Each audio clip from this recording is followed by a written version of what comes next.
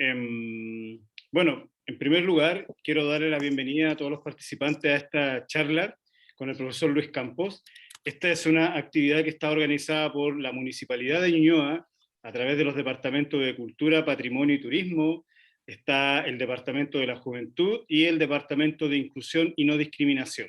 Y estas charlas que hemos organizado durante el día de hoy y el día de mañana tienen relación con nuestros pueblos originarios, que es un tema, sobre todo hoy en día, cuando se está conversando, se está analizando y se está proyectando una nueva institucionalidad en nuestro país, es importante poder tomar en cuenta a nuestros pueblos originarios, sobre todo cuando nuestra convención constitucional tiene ciertos cupos reservados para los pueblos originarios, que deberían haber sido mucho más, pero por lo menos tenemos una representación.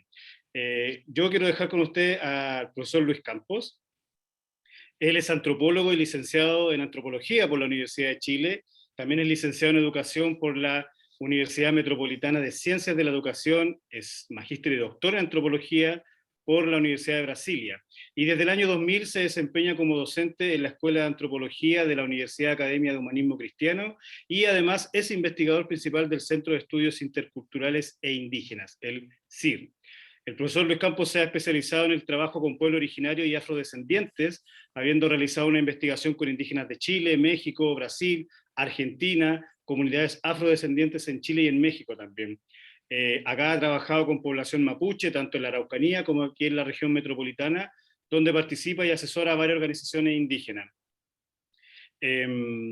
También ha realizado una investigación en comunidades Aymara, Licantanay, Diaguita, Changa, afrodescendiente, ha publicado numerosos artículos en revistas científicas y diversos libros como Trabajando con jóvenes rurales, en el año 1992, Relaciones interétnicas en pueblos originarios en México y Chile, del año 2008, Cuyacas, música, danza y cultura en una sociedad religiosa en la fiesta de la tirana, del año 2009, y una serie de publicaciones de larga lectura. El profesor ha participado con nosotros en esta charla, así que lo dejo con él. Profesor, las preguntas las hacemos al final de la charla y la pueden hacer por medio del chat o pidiendo la palabra. Eso, muchas gracias Alejandro, gracias por la invitación. Muy contento yo de poder estar acá participando de este día y de estas conmemoraciones tan importantes que tenemos hoy día y que ha sido reconocido también como, no este día, pero ya fue el feriado de los pueblos originarios, cosa que era una expectativa muy grande de hace mucho tiempo y que para muchos debería haber sido hoy el día, no el día 21, pero bueno, se tomaron varias decisiones en relación a eso, pero lo clásico que siempre dijeron que se mezclaba con el día de San Juan y qué sé yo, pero era este día. Más allá de eso, igual es una buena señal lo que se ha dado y todo el marco de conmemoración que se hace en torno al Huiñol Tripanto, al Huetripantú, es muy importante.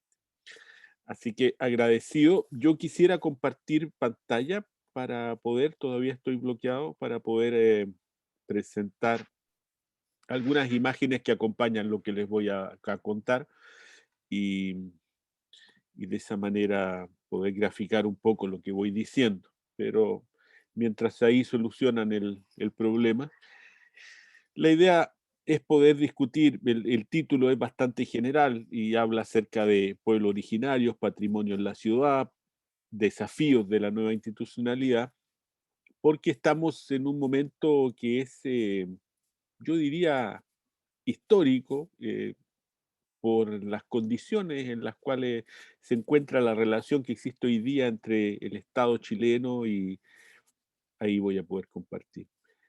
Y los pueblos originarios, la sociedad chilena y los pueblos originarios. Creo que no se había dado una situación como esta en que pudiéramos avanzar. ¿Se ve la presentación ahí? Sí se ve. Perfecto.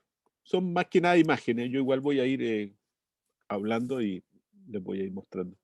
Eh, Creo que es un momento clave e histórico para la situación de la sociedad chilena y nos enfrenta a desafíos que no sé si estamos preparados y preparadas para eso, tal cual no estábamos preparados ni preparadas para el tema de la emergencia del género y de las demandas paritarias desde el punto de vista de las mujeres.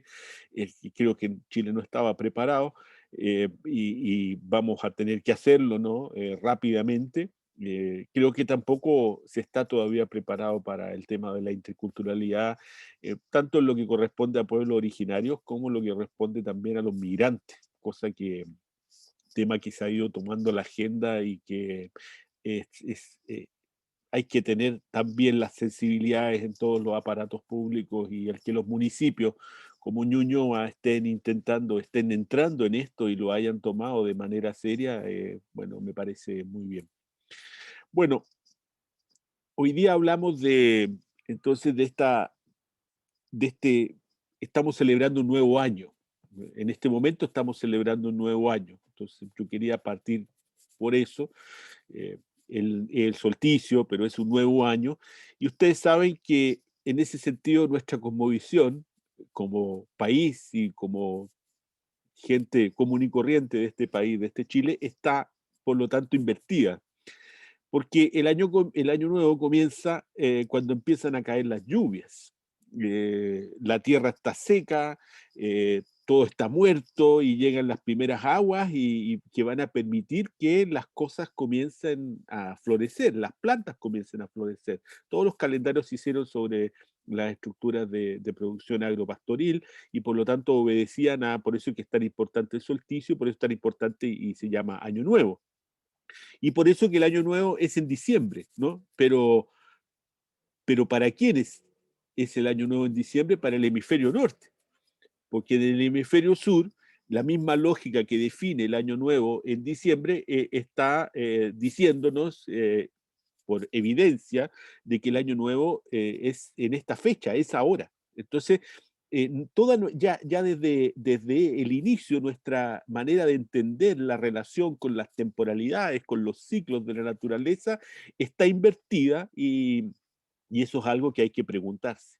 Y por eso que el año nuevo es ahora, es en junio, y es para el hemisferio sur.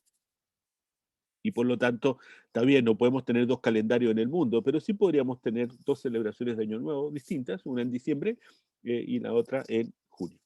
¿Qué es lo que han propuesto los pueblos originarios? Y yo creo que este feriado refleja y conmemora en parte eso. Y entonces, lo que quiero plantear con esto de manera inicial es que estamos, no solo en términos del calendario del Año Nuevo, estamos irremediablemente invertidos.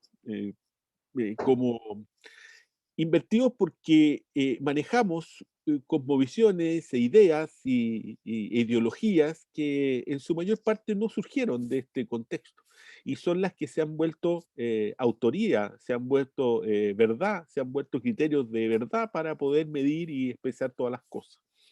Y entonces, eh, eso lo quiero reflejar a partir de un mapa, que es este que está acá, y que también refleja lo mismo, ¿no? Yo creo que si uno ve el mapa pareciera que estuviéramos invertidos, que estuviera invertido, pero lo que yo estoy intentando plantear es que en términos de estas cosmovisiones generales que nos obligan, por ejemplo, a celebrar un año nuevo cuando hace calor y las cosas están muriendo, es todo al revés, tal cual ese calendario está invertido, también este mapa, o el mapa tradicional, que acá en una esquinita nosotros lo podemos ver, también está, o el mapa tradicional que nos enseñaron, también está irremediablemente invertido. Eh, Porque nos dicen y nos dijeron que el otro mapa, no el que no es este, sino que es al revés, era el verdadero mapa. Y era el mapa que debía ser y está tan naturalizado y lo seguimos enseñando en el colegio y se sigue repitiendo y nadie en verdad lo cuestiona. Como nadie se cuestiona también que el año nuevo tenga que ser en diciembre y que tengamos un señor vestido de viejo pascuero que está en el medio del paseo humano muriéndose calor porque anda vestido por una ropa que corresponde al invierno, que es efectivamente donde se da el año nuevo, ¿no?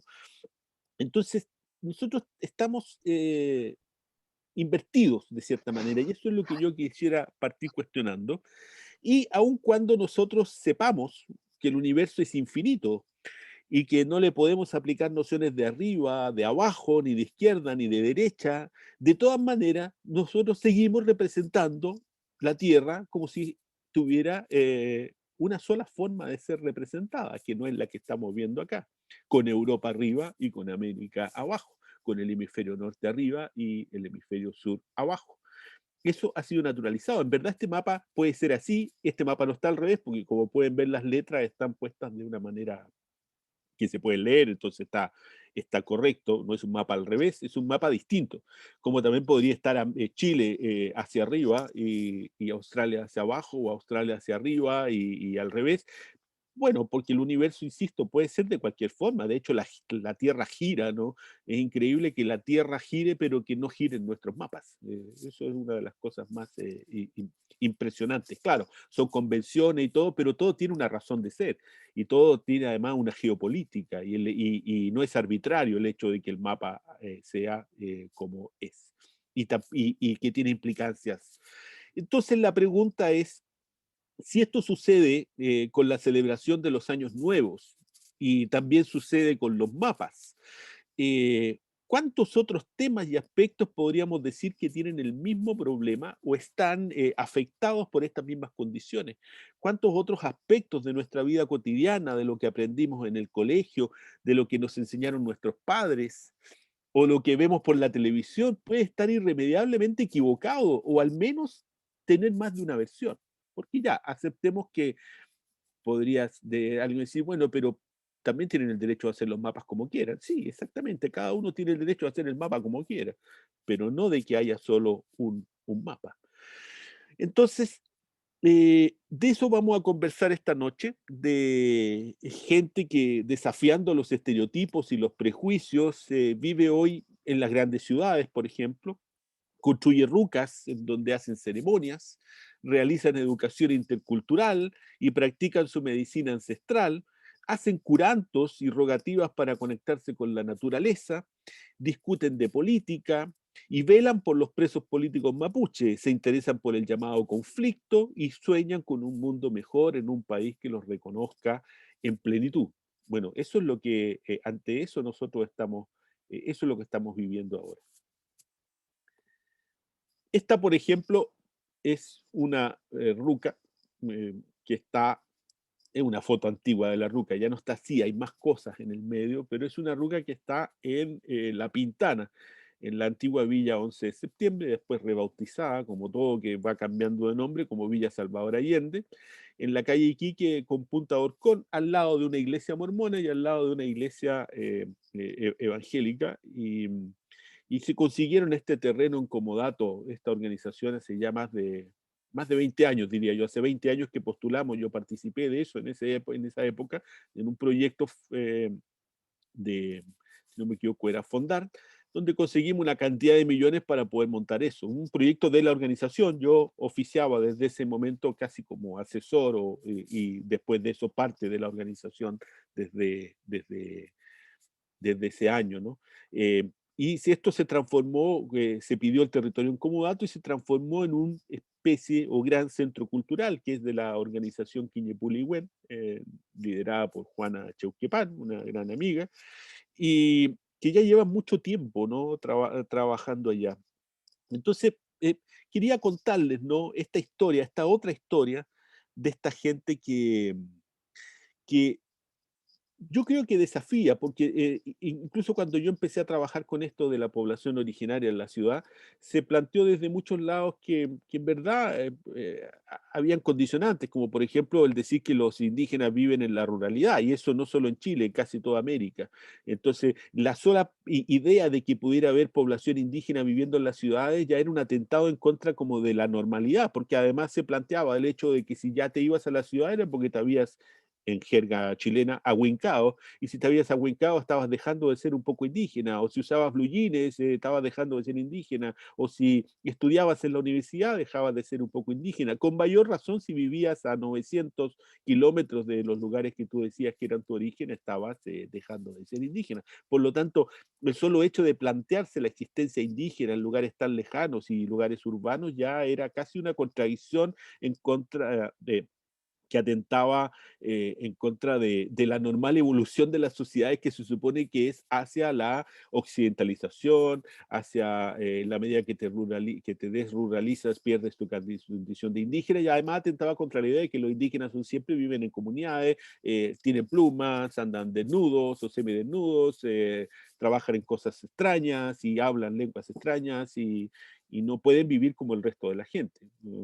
Esa era un poco la idea. Y si quieren vivir como el resto de la gente, por lo tanto tienen que dejar de ser indígenas, con lo cual además pierden los derechos y pierden todo lo que los considera. Entonces, yo creo que la sola existencia de un lugar como Quiñepuligüén, y de esto hay muchos, ¿no? Esta es una visión dentro de la RUCA, donde hacen muchas cosas, hacen educación propia, llevan a colegios para allá, la estudiantes hacen cuestiones relativas a salud, tienen proyectos de COVID, o sea, bueno, de COVID y pueblos indígenas han trabajado, de VIH, pueblos indígenas, tienen una gran cantidad, ellos no paran en esa organización desde hace mucho tiempo, un trabajo sostenido, y que además ha podido cambiar las relaciones que se tenían en el barrio, porque esto era un basural enorme antes de, cuando yo lo conocí era un basural en el año 2000, 2001, y, y desde que la organización se hizo cargo de esto se ha transformado un poco el barrio, llega mucha gente allá, entonces ha sido bueno, digo, para el entorno más que, y no solo para la gente. Y creo que ellos y ellas han desafiado estos límites que yo les acabo de plantear antes, han pensado un mapa distinto, han pensado un destino distinto de cómo pueden ser las cosas, han pensado en alternativas, como por ejemplo el ser mapuche en la ciudad de Santiago. Nos dijeron también que en Chile, desde Paposo hasta Los Vilos, los indígenas habían desaparecido. Esa es otra de las grandes sentencias que se dieron, tal cual como no pueden haber indígenas en la ciudad. Nos dijeron que los de Aguita se habían extinguido, que los changos hicieron sus balsas de cuero de lobo marino, pero que también habían desaparecido, y que la población mapuche entre Santiago y el río Biobío se habría fumado, extinto, desaparecido, mestizado y otras formas más para insistir en su desaparición. Ese era el ideario de Chile. Chile un poco dice, ya, quedaron los indígenas del norte porque, bueno, fueron captados por la guerra, ¿no? En la medida que Chile se hizo propietario de esos terrenos después de la guerra del Pacífico, esos territorios. Ahí también incorporamos afrodescendientes, evidentemente. Y entre Santiago y el río, y después del río Biobío estaban los mapuches, pero entre Santiago y el río Biobío, o entre Copiapó o Paposo y el río Biobío, no quedaron indígenas. Ese era el gran mensaje que se daba, por lo menos alguien como yo, que tiene una cierta edad, tengo más de 50 años, eso fue lo que me enseñaron, eso fue lo que yo aprendí en el colegio, ¿no? Bueno, yo he trabajado ya a esta altura más de 20 años con la población mapuche en la región metropolitana, formo parte de una asociación indígena, como les dije, de Quiñepuligüén, que me adoptaron, por así decirlo. He conocido las experiencias de Peñalolén, también algo de Ñuñoa, de Los Prados, del Bosque, La Florida, Cerro Navia, Maipú y otras tantas comunas en las que están eh, muchas organizaciones, asociaciones trabajando desde hace muchos años atrás. Y, insisto, muchos se cuestionaban por diversas razones la existencia de estos mapuches en la ciudad, también de los andinos, no es solo población mapuche, hay Rapanui también que están desplegados.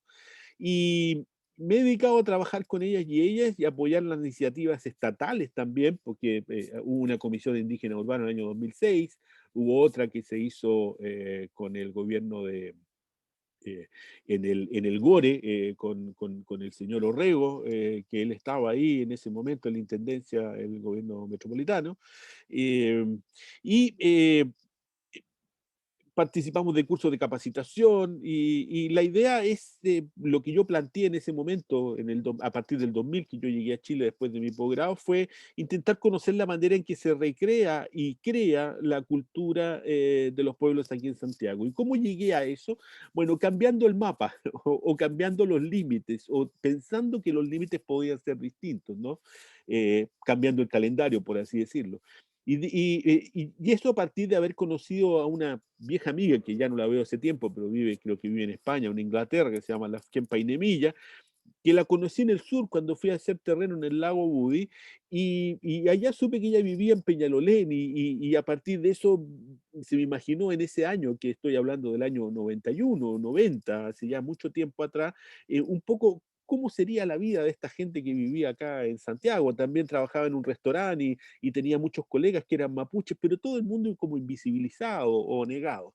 Y a partir de eso yo me propuse, dije, bueno, ahí hay un tema, ¿no? Y hay algo que trabajar y trabajar de manera colaborativa, como lo hago hasta hoy día. Y creo que esos conocimientos me fueron allanando el camino para, insisto, cambiar el diseño que tenía sobre lo que significa ser indígena en Chile. Eso mismo me ayudó después en el trabajo que he realizado en los últimos años, sin abandonar, por supuesto, lo que hacemos aquí en Santiago, precisamente enfocado en romper con estos dibujos que me fueron enseñados en la universidad, en el colegio, en la familia. Eh, por ejemplo, bueno, acá está Quiñe Puligüén también celebrando el Día Patrimonial. Por ejemplo, los afrodescendientes en Arica, ese otro trabajo que hemos hecho y que viene a cambiar un poco la perspectiva, porque Chile se definía y se define todavía quizás como un país donde no hay negros, ¿no? Negros, la palabra peyorativa que se ocupó y que derivaba de la esclavitud, hoy día se ocupa mucho más afrodescendientes.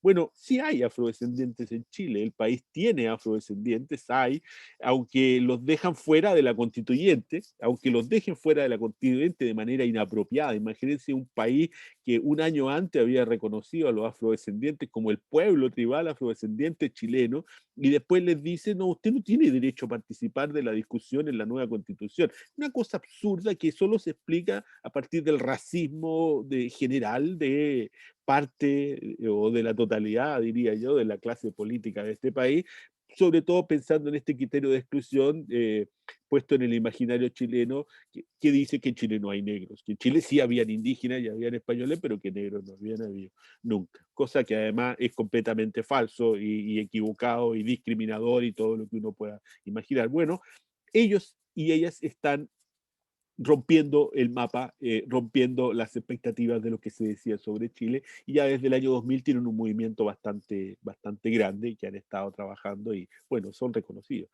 También hay diaguitas, bueno, los hay, los que somos mayores sabemos que nos dijeron que los diaguitas habían desaparecido, bueno, fueron reconocidos en el año 2006, son ahora el tercer pueblo más numeroso indígena en el país. En 10 años pasaron de ser extintos a ser tercera mayoría con cerca de 100.000 personas que se escriben como tales. ¿Para qué hablar también de, bueno, ahí están los afros, esta es la bandera del pueblo de Aguita Huascualtino, sobre el cual se hizo el estudio de reconocimiento en el año 2004-2005, que a mí me tocó participar también, y que dio en el reconocimiento del año 2006, ¿no? ¿Para qué hablar de los changos, que alcanzaron a entrar en la Asamblea Constituyente? Increíble, ¿no? Por eso que las cosas han ido cambiando. Eh, y que... Y y que vinieron a cambiar también una perspectiva, porque si hay un pueblo que se consideraba pues, a todas luces como desaparecido, eran el pueblo chango, y sin embargo había muchos antecedentes, era solo pensar las cosas de manera distinta, intentar ver otro mapa, otro calendario, para poder ir a descubrir que las cuestiones que hacían esta gente, como por ejemplo la balsa de cuero de lobo marino, que está registrada en altos lados, documentos que hablan de la presencia de ellos en el año 70, en el año 67 y en muchos momentos después, y antes, evidenciaban que no habían desaparecido los changos, y sin embargo se repetía esto como una historia y se repetía y se decía, no, los changos desaparecieron, los dieguistas desaparecieron todo esto. Los Selnam, los ONAS también se supone que desaparecieron y hoy día hay un proyecto de ley que está avanzando ya rápidamente, va a llegar al Senado, ya llegó al Senado, donde también se irá a reconocer a esa población como una población viva y no como una población extinta de Chile. Y además de toda la gente, todo esto de los changos, ¿no? Algunos de los proyectos con que hemos trabajado y que tienen que ver con el rescate también del patrimonio cultural que vamos a ver más adelante. Y también la gente que vive que pertenece a los pueblos originarios y que vive entre Santiago y el río Biobío. En Talca, en Curicó, Linares, Constitución, Licantén, Bichuquén, Pomaire y así por delante. O sea, estamos hablando de un territorio inmenso en donde se repitió y se repitió una y otra vez el hecho de que habían desaparecido los indígenas, ahí habían desaparecido. Bueno, cuando yo terminé mi proyecto de etnogénesis, que así le llamamos a estos conceptos en el norte, me pregunté, bueno, ¿y será que si es que reaparecieron los diaguitas y los changos, será que en los otros territorios donde se dice que no hay población indígena también quizás hay? Y quizás todo esto sea parte de un cuento, de una invención que tiene que ver con la reafirmación de la nación chilena y de la necesidad de poder disponer de los territorios en que vivían estas poblaciones. Bueno, vamos a ir a ver entonces a esta zona de Santiago hacia allá, si es que es posible, si es que hay población. Bueno, y me encuentro con una cantidad de organizaciones. Aquí hay algunos de los elementos desplegados, unas rucas preciosas turísticas que hay en Licantén, eh, seminarios, por ejemplo, sobre la historia y el patrimonio indígena en el Maule, recuperación de patrimonio cultural, escenificación incluso del patrimonio, el baile de negros de Lora que se hace mucho tiempo y que recuerda un antiguo guillatún, las mujeres se visten de mapuche y se pintan las caras de negro, que además son tesoros humanos vivos. Ferias como esta que se hace en San Clemente y que y que tenía que ver con el Paso Pehuenche antiguamente, y donde están las organizaciones mapuches desplegadas, productos que se venden con personas que pertenecen ahí, como lo de la familia Huemur, de Constitución, y grandes celebraciones como esta que se hace una especie de celebración, de romería, le llaman de otra manera, a la tumba de Lautaro, que se hace en Gualañé, en el cerro de Chiripilco, y que se viene haciendo hace muchos años atrás, y toda esa gente forma parte de estas organizaciones y de esta gente mapuche inexistente que vive, por ejemplo, en la zona del Maule. Bueno, lo novedoso de este trabajo, ¿no? Que hemos realizado, pero no, yo no estoy hablando de mi trabajo, estoy hablando de las consecuencias de eso, es que yo creo que hemos puesto entre paréntesis los mapas que nos han enseñado, y eso es un poco lo que yo propongo acá, los calendarios irreductibles que colocan las cosas de una manera invertida, y las historias que nos enseñaron de que había solo una historia para entender las cosas. O sea, todos aprendimos en el colegio la idea de la historia universal y que no es la historia universal, sino que es la historia de Europa y que oculta un montón de historias mínimas y particulares y mínimas en el sentido de que son pequeñas, pero no por eso menos importantes, y que, como decía la historiadora nigeriana Chimamanda, o sea, la escritora nigeriana Chimamanda Ngozi, que nos permiten solo enfocarnos en una sola historia y no en las múltiples historias que están detrás de cada uno de los actores sociales que viven en nuestros países. ¿Para qué decir África, no? Que es un buen reflejo de esto, de la negación de las historias. Bueno, todo esto es del Maule, ¿no? De esta gente indígena que no existe, ¿no? Pero que están ahí con de estas celebraciones que hacen.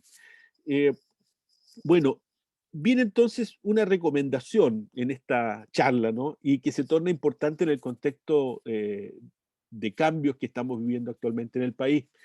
Congelemos o dejemos en suspensión los límites que nos han impuesto, que nos hemos autoimpuesto para poder seguir adelante. Que la labor de censura sea puesta por otros y otras y no por nosotros, con una imaginación que pueda desbordar la realidad y llegar a contradecir la inteligibilidad y la ortodoxia del mundo en el que vivimos, de lo que podemos hacer como país, como ciudades, como pueblos, como barrios, como municipios. Es decir, tenemos mucho que hacer y mucho que pensar, es simplemente imaginar las cosas de manera distinta. Bueno, volviendo al tema, ¿qué ha pasado con los pueblos originarios que viven en la ciudad y con los pueblos reemergentes? ¿Cómo se ha podido levantar lo que consideramos como patrimonio indígena? ¿Ha afectado esto al resto de la población? ¿Cómo se ha dado el tema de las relaciones interculturales? Bueno, en primer lugar, hace 50 años, que fue más o menos cuando yo nací, 52 años para ser exactos, nada de esto existía.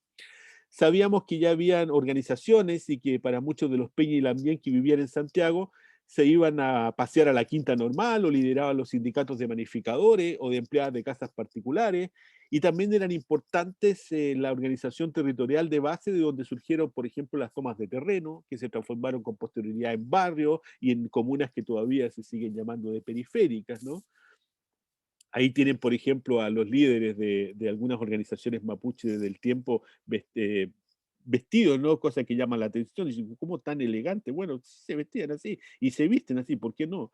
Eh, Reunidos con el presidente, ¿no? En esa época donde ya se hablaba en algunos casos de la República Mapuche y se hablaba también de autonomía, lo hacía Alejandro Lipchus, un sabio lituano que vino a trabajar acá.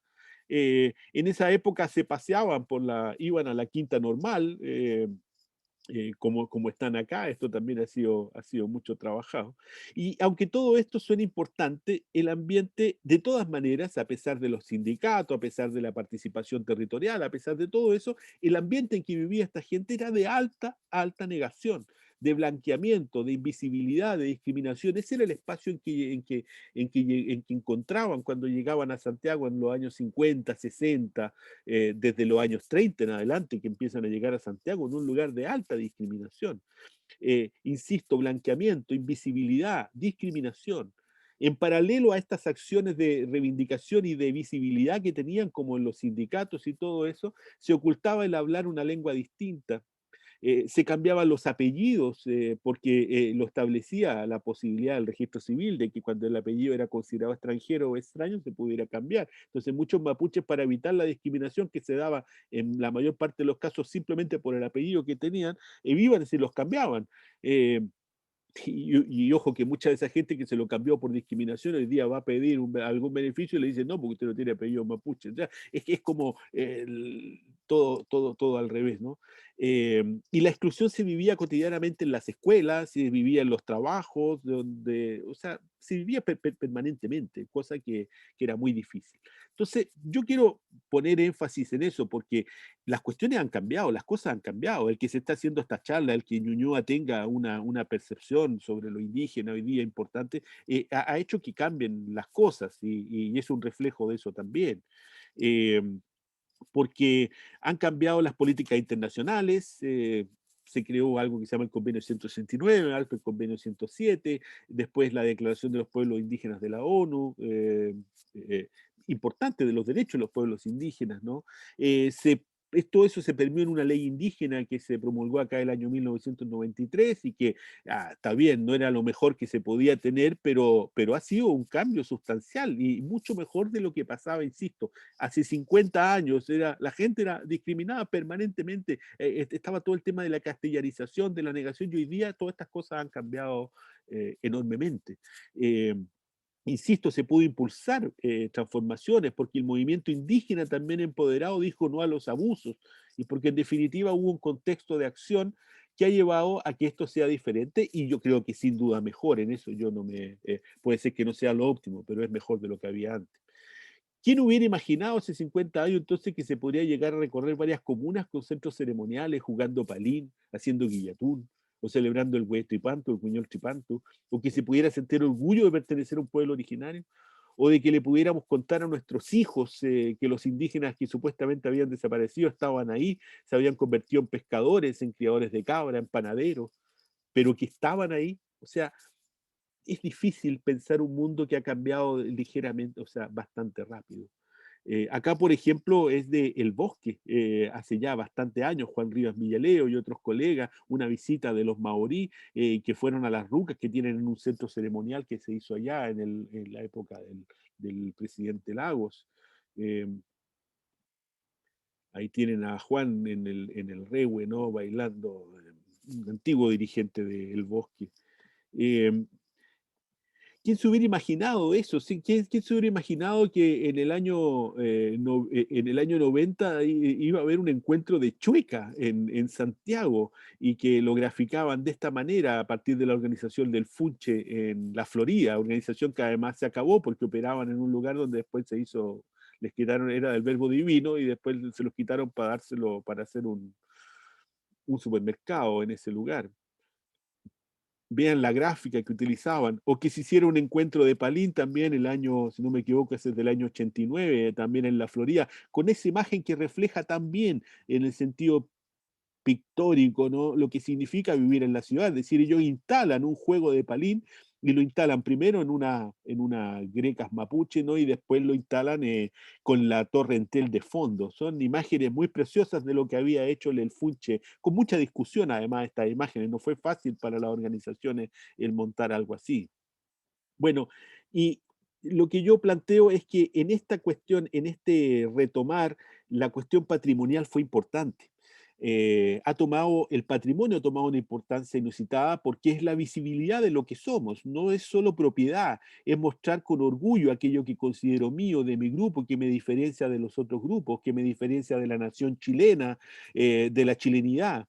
Y en la medida en que me voy reafirmando como grupo, demando más la necesidad de recuperar aquello que era propio y utilizarlo no solo como emblema para mi propio grupo, sino también como emblema de los otros, para que los otros vean lo que somos, lo que tenemos y lo que queremos ser. Y eso obviamente solo se consigue, insisto, yendo más allá de los límites e impuestos y de los discursos chauvinistas de la nación y de las discriminaciones incorporadas de los eternos racistas que todavía pululan por ahí, ya que esta lucha, como se puede plantear, está recién comenzando. Se han conseguido muchas cosas, pero hay una discusión larga que va a haber que dar todavía. Lo que quiero decir aquí es que la recuperación de lo que se considera como propio, luego del largo proceso de expropiación cultural al que fueron sometidos los pueblos originarios, es un deber, y es un deber no solo de los pueblos originarios, sino de toda la sociedad. Es un deber y una necesidad en la actualidad, y se ha transformado en sí en una bandera de lucha política. El patrimonio se ha vuelto una bandera de lucha política y de la revalorización de lo que somos, lo que va a permitir evidenciar el orgullo de ser parte de los pueblos que han sabido sobrevivir a la mayor quizás de las discriminaciones que han vivido los pueblos en la tierra. O sea, el impacto que tuvo la colonización europea acá implica que cerca del 90% de la población de América originaria desapareció en los primeros 100 años de la invasión. O sea, es terrible. Y entonces hay que pensar cómo se va a salir adelante. Y quiero ejemplificarlo ya para terminar con estas imágenes, ¿no? Que recuerdan el estallido social. Un ejemplo que tiene que ver con el llamado estallido social. Todos pudimos ver esta imagen, la de la izquierda, la que no es una caricatura, es del día 25 de octubre. Todos pudimos ver ese día 25 de octubre la foto cúlmine de esa multitudinaria marcha con el general Baquedano, siendo coronado por una flamante bandera mapuche. Habiendo estado esos días en la calle, les puedo afirmar que desde el mismo 19 de octubre las banderas mapuche comenzaron a aparecer por todos lados y luego a ser vendidas por todos lados y a ser cargadas por todas partes y a transformarse en emblema de la revuelta. O sea, esta imagen plantea que hay banderas chilenas, fue ese día, pero cada vez fueron disminuyendo más las banderas chilenas y aparecieron unas banderas chilenas negras o las banderas mapuche que se desplegaron y que aparecieron por todas partes. La pregunta ahí es, ¿cómo es que una bandera de un pueblo perseguido, de un pueblo originario, distinto, además discriminado durante tantos años, se transforma en la bandera del estallido social? Yo estuve en la Plaza Ñuñoa el día 19, porque me fui para allá a ver qué estaba pasando, me fui caminando desde donde vivo ahora y fue una larga caminata y llegué allá y pude ver también ondear el emblema mapuche ya en ese día, y los días posteriores fueron apareciendo cada día más banderas hasta el emblemático 25. Pero la cuestión no paró ahí. Con los días se fueron multiplicando y convirtiendo en cintillo, en pañoleta, en pegatina, imanes de refrigerador, en mochila, en bolso, y luego esto se llevó a la lucha patrimonial en todo el territorio nacional, porque por todos lados fueron cayendo los íconos de la historia oficial para ir siendo sustituidos por las otras historias y por los otros emblemas que, si todo va bien, pasarán a ser reconocidos, civilizados y visibilizados como válidos. Por ejemplo, lo que pasó con Milanca en La Serena, eh, que ahí estaba antes Francisco de Aguirre, y votan a Francisco de Aguirre y colocan a Milanca. Después vino otro grupo y quemó a Milanca, pero bueno, no la han podido volver a restituir. Con una presencia, incluso ahí como pueden ver, esto es La Serena, y la bandera mapuche está allá atrás ondeando como parte de las mismas movilizaciones. Eh, entonces, se fueron restituyendo, se fueron cambiando, bueno, acá las caídas de Pedro de Valdivia o el ensalzamiento de otras estatuas que no eran de militares y que no eran, y bueno, todas las estatuas muy machistas, todos hombres, además, todos militares, todos de la jerarquía aristocrática de Chile. Entonces, todo eso entró en cuestión, y esto tiene que ver con la cuestión patrimonial indígena también. Para terminar, en esta lucha del patrimonio, por todos lados fueron cayendo estos íconos de las historias oficiales, eh, y esto nos abre hacia una discusión, ¿no? A pensar qué otros emblemas podemos pasar a reconocer, a pensar en cuál va a ser la ruta de la esperanza que nuestro país puede tomar para tener una perspectiva diferente de lo que son las relaciones interculturales. cómo vamos a abordar por fin esta lucha ideológica que estamos viendo y que vamos a ver en los próximos meses, pero que sin lugar a dudas yo creo ya ha sido en parte ganada, porque tenemos inusitado constituyentes indígenas, aunque sean pocos, es inusitado, porque tenemos una constituyente paritaria, porque gran parte de la población ha apoyado estas reivindicaciones y porque los cambios que se vienen sin duda ya no se pueden detener. Pero para eso, lo que sí tenemos que hacer es seguir trabajando en pos de estos objetivos. No podemos quedarnos ahora esperando a que las cosas sucedan, sino es el momento de hacer seminarios, hacer charlas, discutir, ponernos de acuerdo con los pueblos originarios, reconocer la población migrante, tener la interculturalidad plasmada en cada uno de los actos que realizan los municipios, en las escuelas, es decir, ir generando un país efectivamente multicultural y que se relacione a través de la interculturalidad crítica, una interculturalidad que efectivamente tenga un trasfondo político y no sea solo folclorización. Si el patrimonio indígena lo vamos a terminar viendo solo como folclorización, no tenemos nada que hacer en esta discusión, pero yo creo que es bastante más que eso. Eso.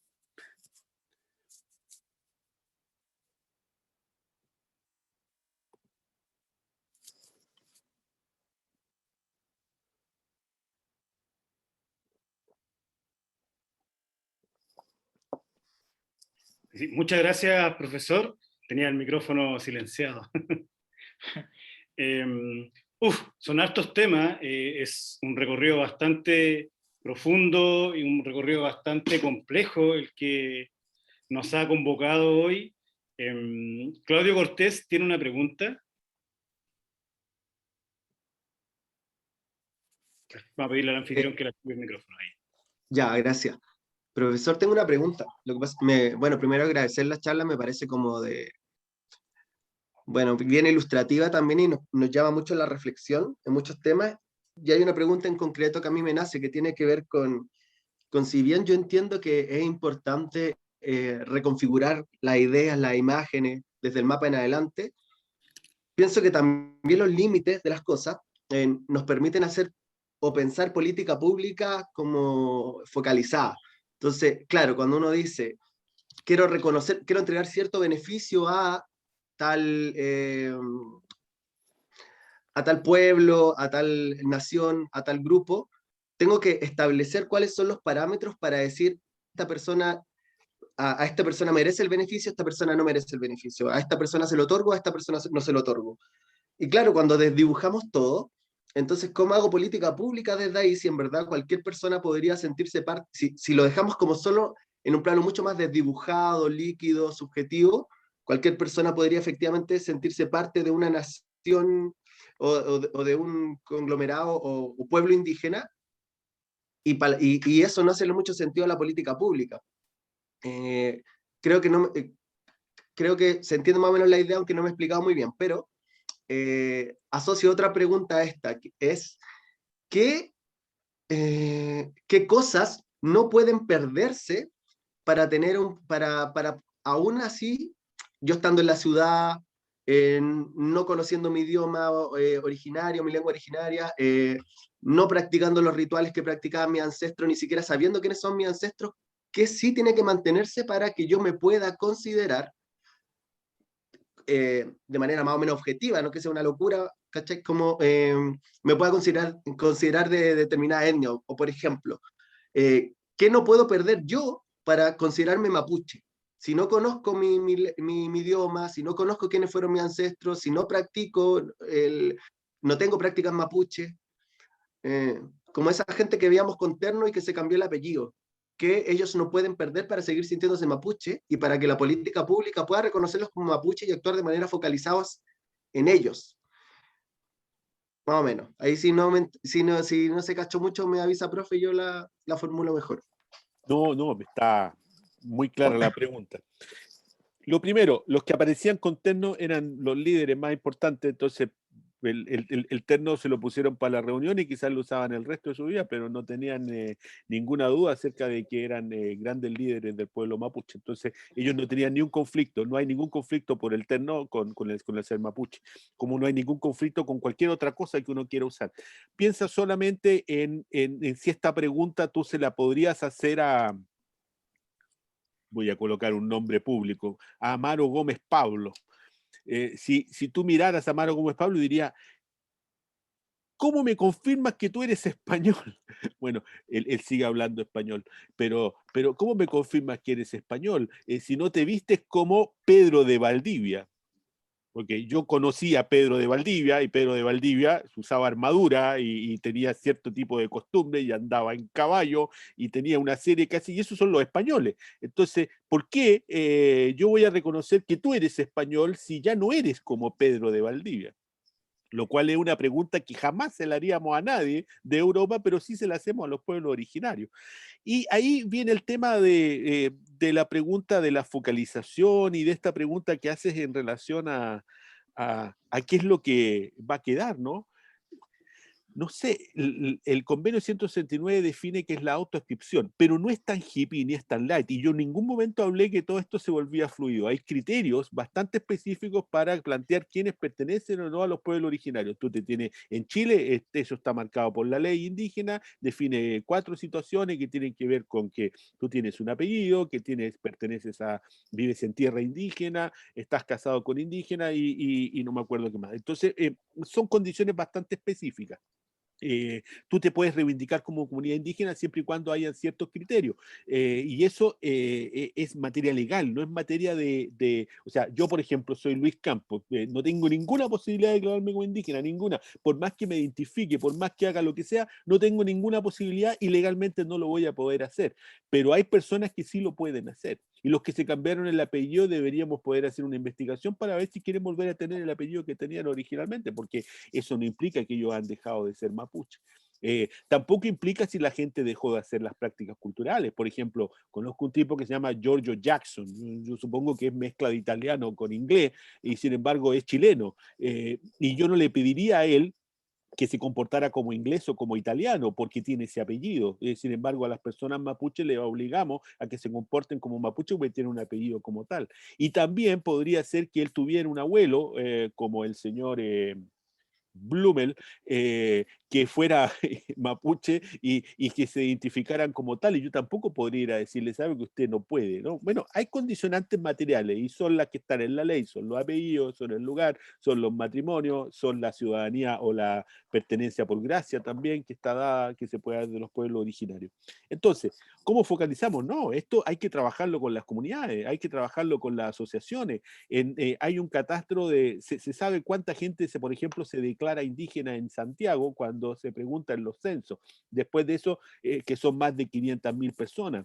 Después de eso, y esa gente no es por un beneficio ni es por nada. O sea, tú no puedes cuestionar bajo ningún aspecto. Claro, podrías decir, hay algún antropólogo o antropóloga que se declaró como indígena porque puede hacer una operación, pero evidentemente mucho más la gente que pudiendo declararse como indígena no lo hizo por la discriminación, por la persecución y por todas las cosas. Bueno, más de 500.000 personas en Santiago son indígenas. Y declaradas de autodeterminación, de autoconciencia. Después de eso, tienes toda la gente que participa en las asociaciones, tienes todas las asociaciones que están además vinculadas a oficinas de asuntos indígenas. La política pública, yo trabajé en eso en el gobierno regional, apoyando ese trabajo, bueno, puede identificar con claridad, se hizo un mapa ahí, una georreferenciación, en donde tú podías identificar dónde están los centros ceremoniales, dónde está cruzando con los distritos censales, las personas que se autoidentificaron como indígenas, tú la puedes cruzar con el censo, o sea, puedes hacer una cantidad de operaciones para poder llegar a la focalización que son extraordinarias y que no cuestan absolutamente nada y además, por lo menos en el GORE, el trabajo ese ya está hecho. Hay un mapa en donde tú cruzas, por ejemplo, escuelas con el porcentaje de estudiantes mapuches o indígenas que hay por escuela. Además lo cruzas con los puestos de salud que hay al lado. Incluso podrías intencionar a que determinada escuela tuviera más trabajo intercultural porque tiene una mayor cantidad de población o porque al lado o porque está metido en un lugar en donde la mayor parte de las personas se declararon en el censo como mapuches. Todo eso está hecho. Entonces no cuesta nada la focalización, no se hace porque no se quiere.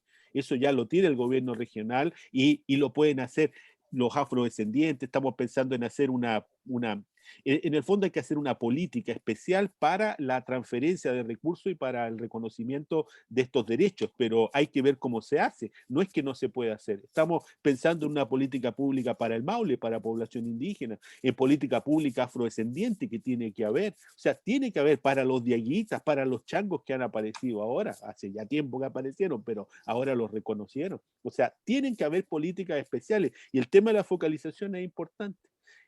Hay que hacer estudios de apellido, hay que hacer un montón de cosas. Y finalmente siempre trabajar con las organizaciones, porque son ellas y son los líderes y las líderes indígenas los que tienen finalmente la palabra para decir cómo quieren que se hagan las cosas. No somos nosotros, ni los expertos, ni nadie, son ellos y ellas.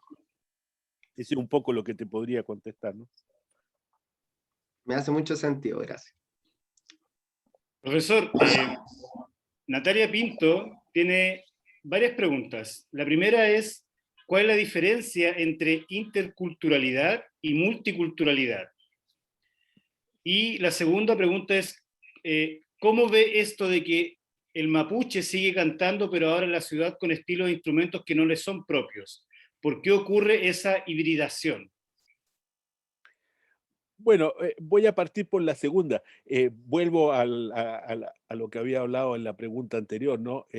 Cada cual hace lo que quiere. Si yo quiero mezclar el rock con purrún y con pifilca, lo puedo hacer. Y de hecho, todos los pueblos, y ahí esa categoría de híbrido es muy interesante porque la colocó Néstor García Canclini y efectivamente habla de que América Latina es una cultura híbrida, y híbrido hace mención a que es una unión, pero que está como incompleta todavía, porque no ha consolidado un espacio nuevo. Bueno, todo eso a mí me parece, primero, ¿por qué llevar una categoría como híbrido? Tú la puedes reemplazar por mestizo, pero precisamente él dice que mestizo no era una buena categoría para hablar de la mezcla cultural.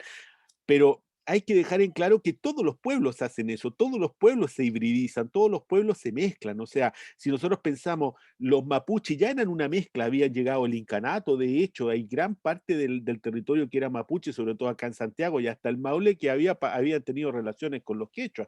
Y ¿para qué decir los españoles? O sea, los españoles eran los tipos que venían, o sea, si nosotros llegamos a imaginar siquiera que España es una unidad, estamos mal, porque no, España nunca fue una unidad. Habían musulmanes, habían judíos, habían hispanos, pasaron los griegos, pasaron los italianos, los romanos que llegaron por allá. O sea, todo el mundo pasó por España y ellos, el reflejo, la cultura española es muy rica porque es el reflejo de todas las mezclas y los hibridismos que pueden haber tenido. Y nadie habla de la hibridación, como tampoco le pedimos a Mario Gómez Pablo que se declare español, tampoco nadie habla de la hibridación en España. Entonces, yo dejaría esa discusión porque los pueblos, insisto, hacen lo que quieren y pueden ir cambiando las cosas y pueden mezclar. El gran desafío que tuvieron los mapuches en el siglo XVI fue precisamente enfrentarse a una lucha con un enemigo gigante que eran los españoles en ese momento, pero que traía unos elementos muy atractivos, traían los caballos, traían el trigo, traían unas armas especiales, todo eso. ¿Usted cree que quedaron mirando y dijeron, ¿sabe qué? No lo voy a aceptar el caballo? Imagínense a los líderes de la época, Colo Colo y compañía, habiendo recibido a Lautaro, según el mito, y haberle dicho, no, pues Peñi, usted no me traiga el caballo porque usted se está huicando, pues. No, pues no, no, no, no, no. No, o sea, el caballo fue clave para poder hacer la revuelta que se hicieron y para poder mantener ahí en vilo a todo el reino español. Y lo mismo el trigo y todo lo que se incorporó.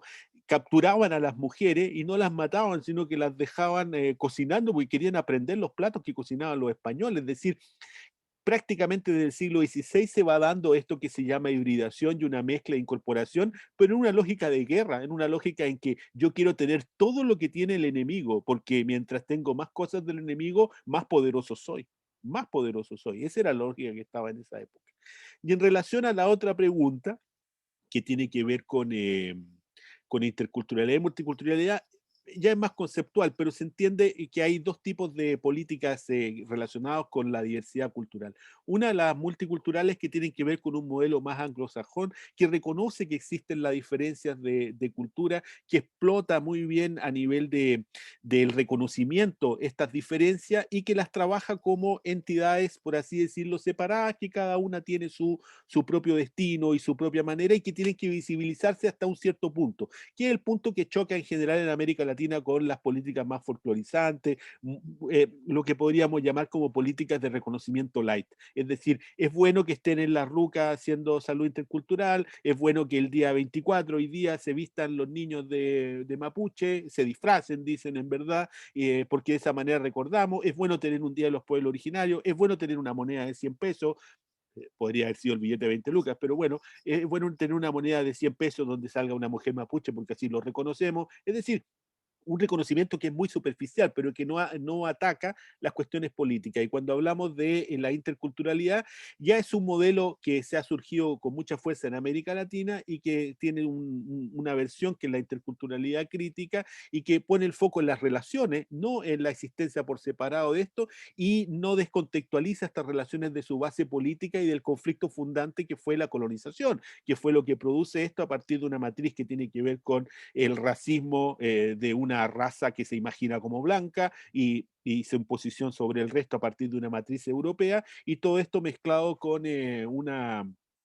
una situación en que las clases europeizadas y las clases que se piensan blancas son las que además organizan la vida social y política en un modelo pigmentocrático que opera en casi todos nuestros países, en donde los indígenas y los afrodescendientes quedan excluidos de la vida política. Eso hasta hace poco tiempo, en algunos países ha ido cambiando, como por ejemplo en Bolivia, ¿no? Donde nunca más va a ganar alguien que no sea indígena en las elecciones, porque se dieron cuenta que juntándose todos van a votar y eligen al presidente que quieren. En un país que el último presidente antes de Evo Morales ni siquiera hablaba castellano, porque no era solo de la aristocracia blanca, sino que además se había criado en Estados Unidos, hablaba inglés, Sánchez de Lozada hablaba inglés, esa era su lengua madre, por así decirlo. Entonces, o sea, unos países de una situación horrorosa, y bueno, es así que está planteado hoy día como nosotros debemos pensar este asunto de la interculturalidad para combatir ese tipo de situaciones, pensando en las relaciones, pensando en cambios políticos más de fondo y en cuestionar las bases críticas que producen las relaciones asimétricas entre los pueblos, que es lo que tendría que cambiar con un modelo intercultural, que es el que se propone para realizar.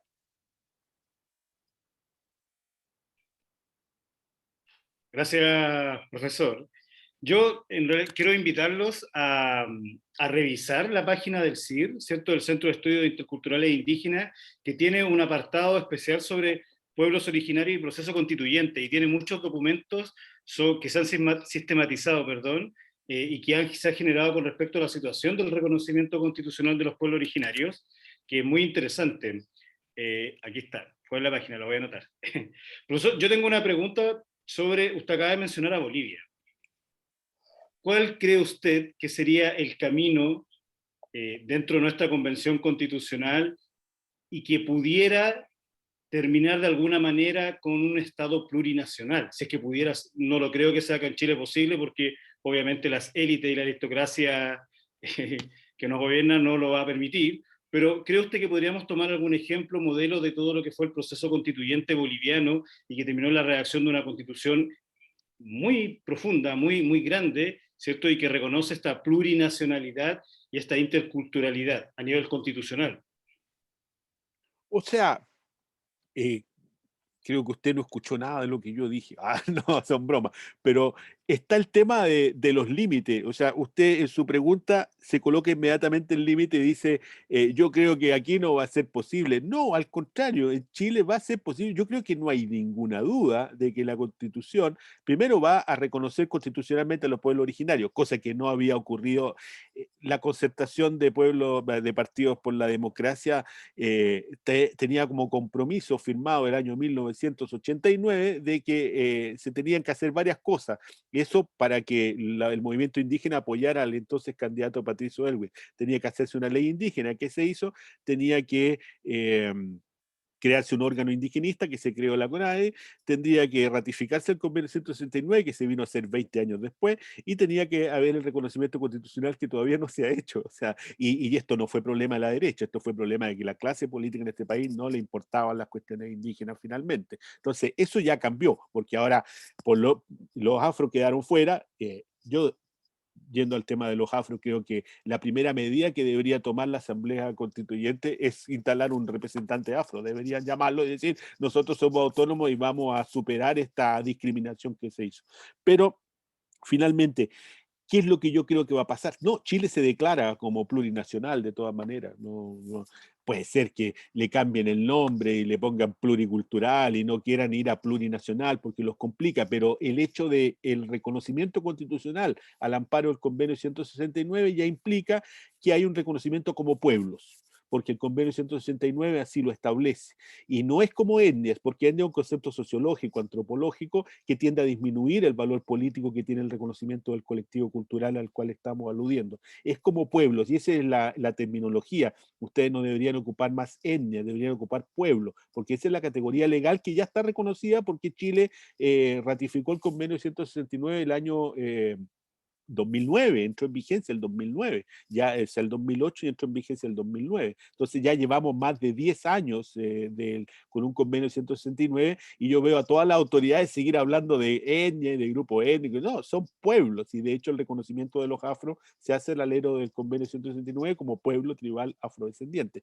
Entonces yo creo que sí se van a tomar elementos y se van a tomar elementos que corresponden al reconocimiento, por ejemplo, de resguardos en Colombia o de autonomías étnicas en México. Creo que sería interesante el tipo de reconocimiento de tierra indígena que se hizo en el Brasil hace mucho tiempo y que manifiesta un cierto grado de autonomía, que no hay que tenerle miedo a la autonomía, porque uno piensa, es que se van a separar del país. No. Panamá, yo hicimos terreno en Panamá con los Cuna del año 1925, a partir de una situación de explotación y de miseria que vivían precisamente después de la separación forzosa de Panamá de Colombia. Ellos se independizaron, pero no se fueron del país, ellos siguen en Panamá y siguen formando parte de Panamá, pero tienen el territorio autónomo Cuna. Y uno va para allá y para llegar a las comarcas Cuna pasa por una frontera en donde hay encargados Cuna y te piden pasaporte para que entres al territorio Cuna. Tú estás en Panamá, entonces tú dices, pero si yo soy panameño, quiero ir al... No, te piden pasaporte, te piden carnet de identidad. Son autonomía y no se separaron de Panamá. Y tienen posibilidades de ejercer sus propias autoridades, tener un consejo que organiza al pueblo, tienen influencia en lo que se pasa en las escuelas, no tienen que pasar necesariamente el mismo currículum nacional.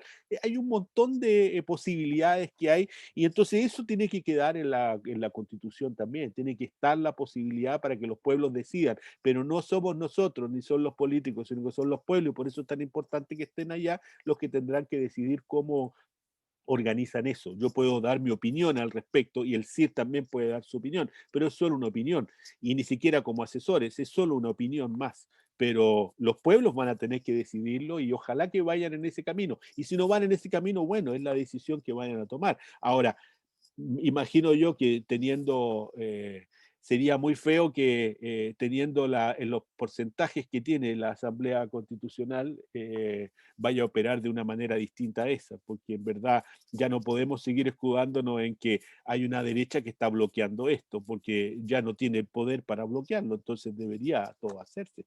Ahora, si no se hace es porque los racistas, como yo creo también, no estaban solo en la derecha, están en otro lado. Y eso habrá que verlo y presionarlo en el momento. Por eso es que la tarea no se ha acabado. Gracias, profesor. Ahí nosotros tuvimos el año pasado la oportunidad de estar con Cristian Báez. Cristian Báez es el historiador, y él nos planteó en una charla sobre esta imbricación entre, que usted también la señaló, entre música rock y música tradicional, por decirlo así, y en un proyecto que él tiene que es sobre heavy metal y música andina, que se está desarrollando en este momento y que ha sido bastante interesante. Nosotros tuvimos la oportunidad de ver un avance de ese documental, muy, muy interesante. Yo no sé si alguien tiene más preguntas para el profesor. Irma tiene una pregunta ahí que está levantando la mano. Irma. Una colega que aprovecho de saludarla, del pueblo de Aguita, pueblo Chango, y mucho gusto de verla acá, ¿no? Muy buenas tardes, muchas gracias por darme la palabra. Solamente corregir una cosita, soy del pueblo Aymara, Chango. Aymara, ya. Bueno, primero que todo, felicitarlo, don Luis. Un placer nuevamente volver a verlo. Gracias por la invitación a esta charla que me pareció súper buena. Bueno, yo soy dirigente social de pueblos originarios hace muchos años, parte del Consejo Nacional Chango, también presidente de una asociación indígena Aymara. También encargada de bienestar social de mujeres líderes indígenas a nivel internacional. Entonces me hizo mucho sentido lo que don Luis, y me gustaría como reafirmarlo un poco, lo que don Luis comentaba con respecto a la actualidad de los pueblos originarios en zonas urbanas. Yo soy presidenta de una asociación aymara en una zona urbana. Ya, entonces existe mucha estigmatización sobre los pueblos originarios, como comentaba don Luis. O sea, se cree que están en las zonas extremas, lo cual no es así. Existen muchos pueblos originarios en las zonas urbanas, pueblos originarios activos que realizan su ceremonia, que actualmente revitalizan su cultura y su lengua en todas sus áreas, salud, educación, espiritualidad.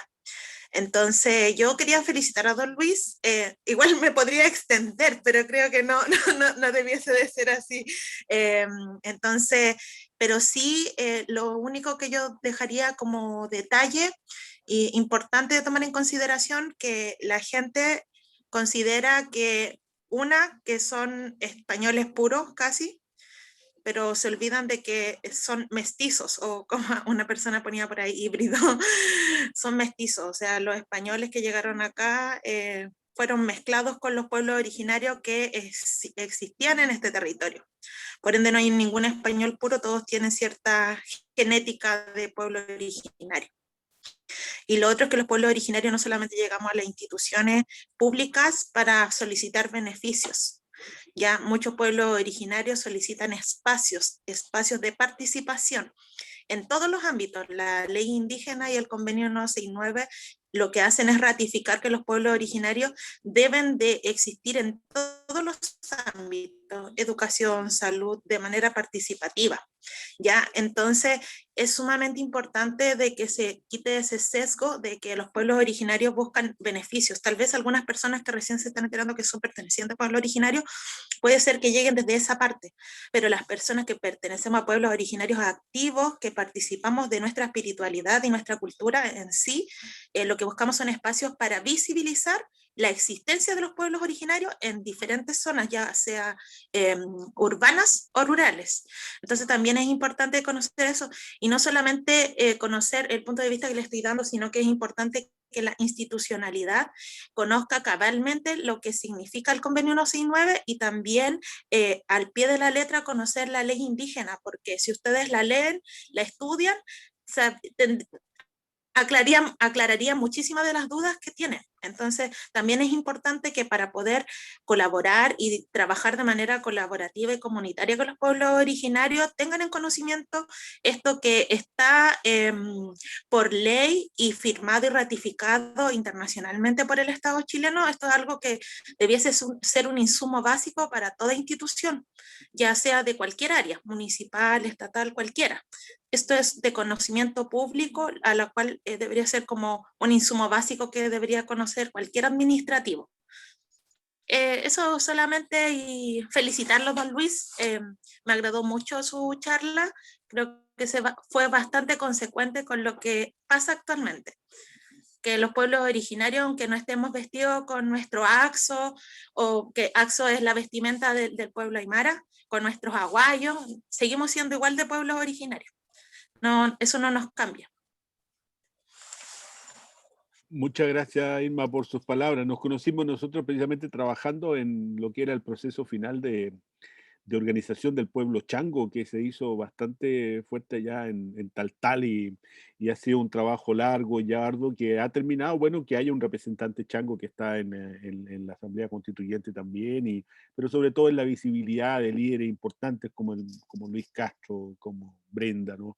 Que son tan importante hoy día para el movimiento, para este pueblo emergente, ¿no? Así que mis saludos a Irma por todo el trabajo que ella aportó también para ese proceso.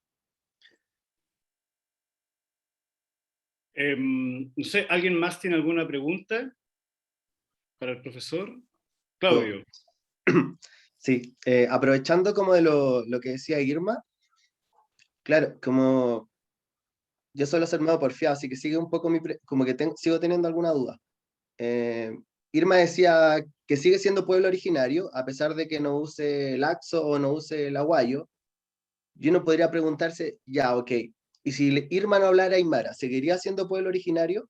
¿Y si Irma no mantuviera las costumbres del pueblo originario, seguiría siendo parte de un pueblo originario? Y si Irma no tuviese el apellido Sanqueay y por razones de la historia tuviese otro apellido, ¿seguiría siendo pueblo originario? Yo entiendo que la ley establece ciertos criterios, pero el mismo hecho que establezcas criterios la convierte en una ley excluyente, ¿no? Hay gente que queda excluida de esos criterios, que uno podría decir que son incluso criterios racistas, criterios imperial, criterios de un montón. Podría uno ponerle un montón de calificativos a esos criterios que excluyen a otra persona que no los cumple y que a lo mejor, en términos de autopercepción, sí se puede considerar indígena. Entonces, claro, tenemos dos opciones. Uno, o que los criterios que establece la ley efectivamente son buenos criterios y en realidad no están excluyendo a nadie que en su autopercepción se pueda considerar indígena. O por otra parte, que hay gente que no está cumpliendo con esos criterios y que en su autopercepción sí se considera indígena. Entonces, sigo teniendo dudas en relación a qué es lo que no se puede perder, que es aquello tan importante que a uno que es aquello tan importante que me mantiene en un vínculo indiscutible con mi ascendencia o con mi pertenencia a un pueblo indígena. Y que es aquello que sí se puede perder, como por ejemplo, si Irma no hablase Aymara o no ocupase Aguayo, o el otro nombre que no habías mencionado, Irma, que ya lo olvidé, pero de vestimenta. Sí, eso. mira, en la teoría antropológica y que estudia los étnicos hablamos de bases culturales de la identidad. Lo que primero no se debe perder y no se pierde si estamos en esta discusión es el sentido de pertenencia. Es decir, si yo ya tengo el sentido de pertenencia, ya es algo. De ahí pasamos en términos legales a lo que define cada país, pero lo primero es que la persona se autoidentifique y se considere perteneciente a un determinado pueblo. Si eso no hay, bueno, no importa, y no importa que tenga todas las características y que hable una lengua y qué sé yo. Pues no. Las bases culturales son elementos que evidentemente van cambiando y van cambiando con las relaciones entre los pueblos y que pueden estar o no estar. Por ejemplo, el que alguien se vista de una determinada manera es algo que puede ser un emblema en un determinado momento, pero que no debería ser necesario para establecer que alguien es o no pertenece a un pueblo indígena. El que se hable la lengua. Si ocupáramos el criterio de lengua, por ejemplo, la mayor parte de las personas que hoy día pertenecen a los pueblos originarios en América no podrían declararse como indígenas, y en su mayoría no hay ninguna duda, ni para ellos ni para el resto de las sociedades, de que son indígenas, porque hubo políticas de castellanización o de portuguización que se aplicaron de manera indiscriminada y por lo tanto no podríamos exigirle. Por ejemplo, las personas que se reconocen como mapuches son cerca de 2 millones de personas, los que hablan mapudungún podríamos llevar los que hablan muy bien a 200.000 y ahí un poco hasta 400 o 500.000 que entienden y hablan, pero eso es producto de un proceso de castellanización. Yo mismo estoy haciendo un curso en mapudungún para aprender y hay un montón de gente que lo está haciendo y todo aquello que se perdió se puede volver a aprender, exceptuando aquellas lenguas que ya no se hablan, pero es una de las bases culturales. Otras bases culturales puede ser la comida. Por ejemplo, en el Maule, que era el caso que yo mencionaba. En el Maule, todos los datos decían que no había población originaria. Es más, si yo iba incluso a los datos censales, me aparecía que no había población originaria. Bueno, pero ¿de dónde sale la inquietud por el Maule? Yo empiezo a revisar unos informes de una estudiante que trabajaba conmigo, que ella estaba trabajando sobre turismo y sobre el ramal del Maule. Y de repente me empieza a decir que comen catuto, bueno, hacían todo lo que eran las maneras de mesa al interior de las casas, eran muy parecidas a las que yo había visto en el lago Budi en el año 90. Tenían nombres de comidas que eran nombres de comida que solo tienen los mapuches. Entonces decía, bueno, pero ¿y qué pasó? Al parecer la cultura, algo había quedado ahí y que estaba y que se reproducía ahí. Y después vamos a ver que tenían una cerámica que era parecida a la cerámica Pitrén, que era una cerámica además que es de mucho tiempo atrás y que la seguían haciendo en algunos pueblos. Y después vamos a ver el telar que tenían en la zona. Gente que no se identificaba como mapuche, gente que no tenía apellido mapuche, y tú ibas a ver el telar que tenían y era el telar mapuche, que solo lo tienen los mapuches, y tejían de la manera mapuche. Entonces, en esos lugares, la identidad y la cultura, la identidad incluso se había perdido, pero la cultura era tan fuerte que quedaba en cosas como las comidas, quedaba en algunos rituales y quedaba en las formas productivas. Bueno, ahí estaba. De eso se han ido tomando hoy día para poder hacer todo el proceso de reivindicación y de recuperación de la cultura.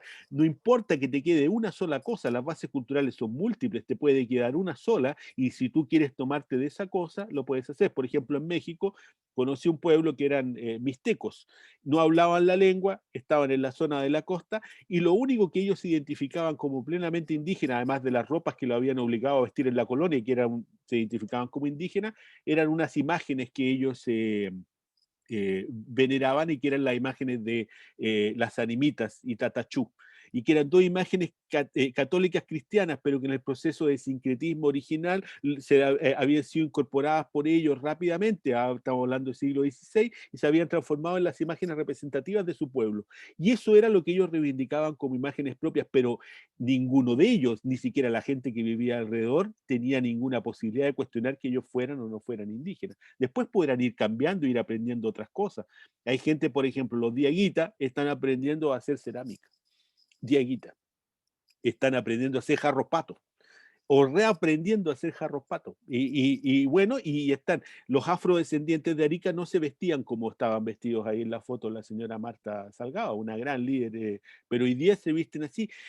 Habían perdido, siguieron tocando tambores, tenían o sea, van tomando cosas, van tomando historias, van juntando fragmentos, van tomando libros que hablan sobre ellos y ellas y van reconstruyendo aquellas historias que el colonialismo los obligó a dejar. Por lo tanto, con una base cultural que tengan, y si hay un sentido identitario de pertenencia, ya basta para que ellos puedan declararse y plantearse como indígenas, con una base que tengan, el apellido en general, el lugar, las prácticas, los rituales, y te digo que se va retomando, o sea, todo lo que ha pasado en la ciudad de Santiago te lo explica, es decir, tú tienes muchos años en que se invisibilizó todo, muchos años en que se negó todo, en que la gente ocultó su identidad, y de un día para otro, en que cambian las condiciones de reconocimiento, tienes un florecimiento de rucas, de rituales, de cultura, de tradición, de sanación y de todo lo que se ve en términos de búsqueda patrimonial.